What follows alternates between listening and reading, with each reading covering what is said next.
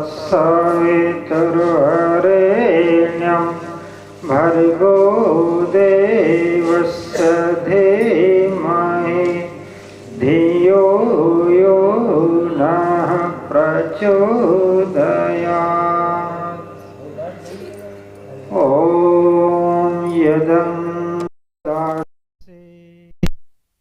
तमग्ने भद्रं करिष्यसि तवेतत्सत्यमङ्गिरः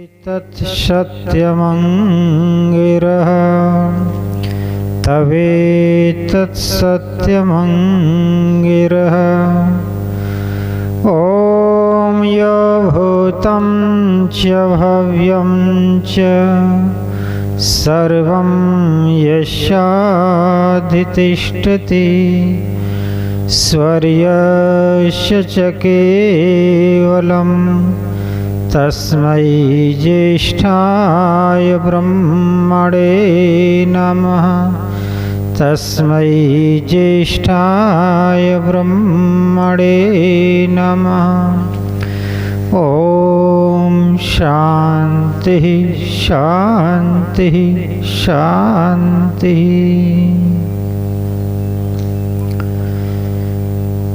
हमारे मध्य में समागत आचार्य श्री राम स्वरूप राम प्रसाद जी आर्य हामी पर से हमारे मध्य में उपस्थित आपके जाने पहचाने भजनोपदेशक श्रद्धेय श्री राम सेवक जी आर्य, मंच का कुशलता के साथ में संचालन कर रहे आदरणीय श्री ब्रह्मनारायण जी शास्त्री, आर्य समाज अमोली की समस्त पदाधिकारीगण, मेरे समुपस्थित समस्त प्रबुद्ध श्रोत्रिय वृंद, वंदनीय मातृशक्ति, नौजवान साथियों, प्यारे बच्चों, अभी क्या नाम श्री सियाराम जी अपने विचार रखे गए। उन्होंने वैदिक सिद्धांत को हमारे सम्मुख रखा। थोड़ा सा इस बात को अभी चर्चा चल रही थी, कुछ मिली जुली सी बात आई बीच में, तो मैं अपनी बात को समेटने का प्रयास करता हूँ।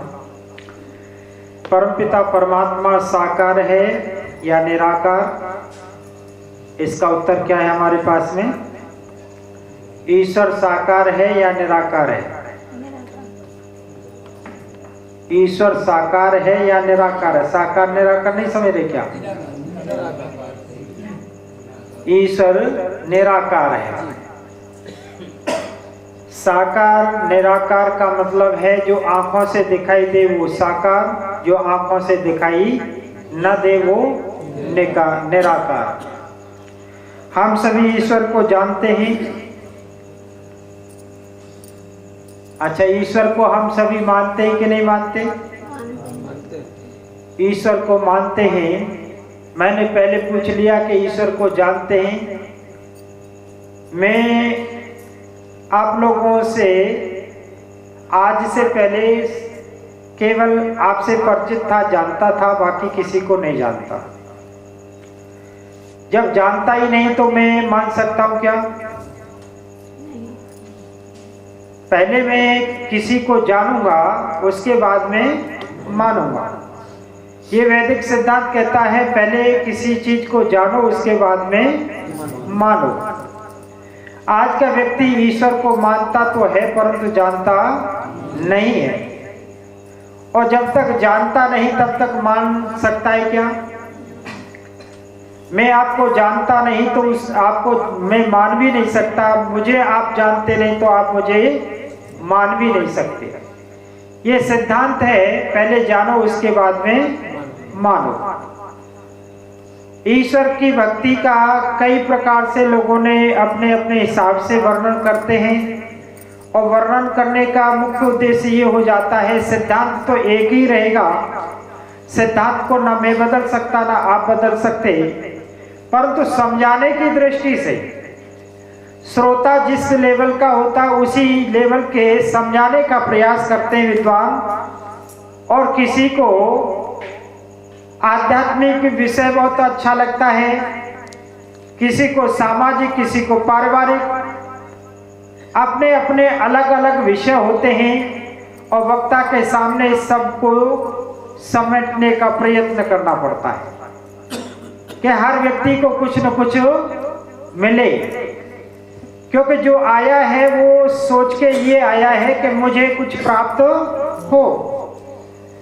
और उस दृष्टिकोण से हम आप सभी थोड़ा चिंतन करें, मनन करें और अपने थोड़ा समय जो मिला है उसमें मैं अपनी बात को रखता हूँ।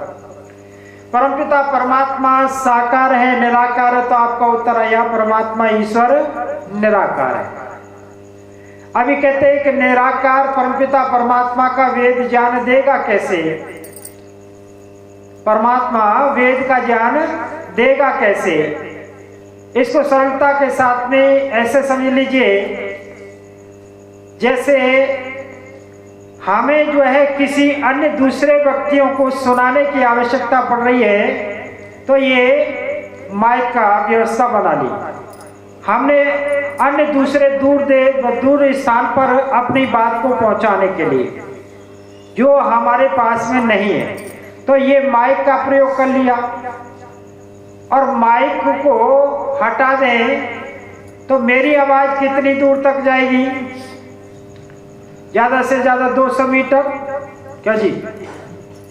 जोर से खूब चिल्लाऊंगा तो 200 मीटर, परंतु मैं थोड़ा सा 4 कदम आगे बढ़कर चलता हूं तो मुझे कितनी जोर से बोलना पड़ेगा? थोड़ा कम। और 4 कदम और आगे बढ़ जाऊंगा तो और कम बोलना पड़ेगा। और 4 कदम और बढ़ते बढ़ते उसके पास में पहुंच जाऊंगा तो मैं आवाज को अपना डाउन करूंगा या जोर से बोलूंगा? डाउन करते चले जाऊंगा। और बिल्कुल मैं उस व्यक्ति के पास में चला जाऊं जिससे जो कहना चाहता हूं, तो फिर बड़ी धीमी आवाज से बात कर लूंगा। और जब उस व्यक्ति को मुझे कहना है तो कान में भी कह सकता हूं, परंतु ध्यान रखो, वह परमपिता परमात्मा अगर हमारे भीतर ही घुस जाए तो फिर बोलने की आवश्यकता है क्या? बाहर के व्यक्ति को अगर कहना है, सुनना है, तो आवाज लगानी पड़ेगी, वाणी की आवश्यकता होगी। परंतु जब मेरे अंदर ही बैठा हुआ है और अंदर बैठा हुआ परमपिता परमात्मा को फिर वाणी से बोलने की आवश्यकता पड़ेगी क्या? उसको वाणी से बोलने की आवश्यकता नहीं है। उसको हाथ पैर की आवश्यकता नहीं है। ये सब हाथ पैर की, वाणी की, जितने भी हमारी कर्मेंद्रियां, ज्ञानेंद्रियां हैं, ये सारे के सारे किसके लिए हैं? जो एक देशीय है, जो एक देशीय है उसके लिए है। और सर्वकाल में और सर्वव्यापक और सर्वज्ञता जिसके पास में है, उसको इन उपकरणों की आवश्यकता नहीं है, उनकी आवश्यकता नहीं है। तो परमपिता परमात्मा अपनी सर्वज्ञता के साथ में मनुष्यों को जितनी आवश्यकता है उतना हम मनुष्यों को परमपिता परमात्मा सृष्टि के आदि काल में ऋषियों के अंतःकरण में जैसे पूर्व काल में दिया था, ऐसे अब दिया है और ऐसे आगे देगा। ये क्रम निरंतर चलता रहेगा, ये अबाध गति से चलता रहेगा, इसमें रुकावट कभी आने वाली नहीं है। तो परमपिता परमात्मा निराकार है, परंतु इस निराकार को हम भक्ति के रूप में कैसे भक्ति करें? सबसे बड़ी उलझन है कि हम परमपिता परमात्मा की भक्ति का स्वरूप क्या है, भक्ति करें तो करें कैसे? इस बात को थोड़ा सा साकार से निराकार की तरफ बढ़ने का प्रयत्न करते हैं। नीतिकार कहते हैं संशयात्मक विनश्यति, जो व्यक्ति संशय, डाउट में, भ्रांति में, संदेह में रहता है उसका नाश होता है। मैंने कह रहा, नीतिकार का कथन है। तो सबसे पहले हमें परमपिता परमात्मा पर संशय होना चाहिए कि नहीं होना चाहिए?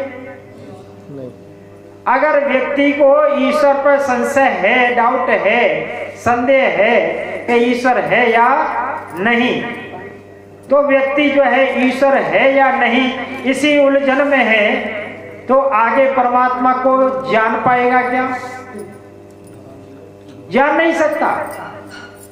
इसके लिए एक कवि ने बहुत सुंदर बात कही, ईश्वर भक्ति का बाद में आएगी चर्चा, तब करेंगे। केवल आप एक लाइन बोलकर आगे बढ़ता हूं। है कहूं तो है नहीं और नहीं कहूं तो है। जब मैं ये कहता हूं कि ईश्वर है तो दिखाई नहीं देता, और जब हम ये कहते हैं कि नहीं है तो इस पृथ्वी को, हवा को, सूर्य को, चंद्र को, नाना प्रकार के जो ग्रह हैं इनको घुमाने वाला, चलाने वाला कोई जड़ पदार्थ अपने आप गति कभी नहीं करता। है कहूं तो है नहीं और नहीं कहूं तो है, और है नहीं के बीच में कुछ न कुछ तो अगर है नहीं समझ में आता, नहीं है ये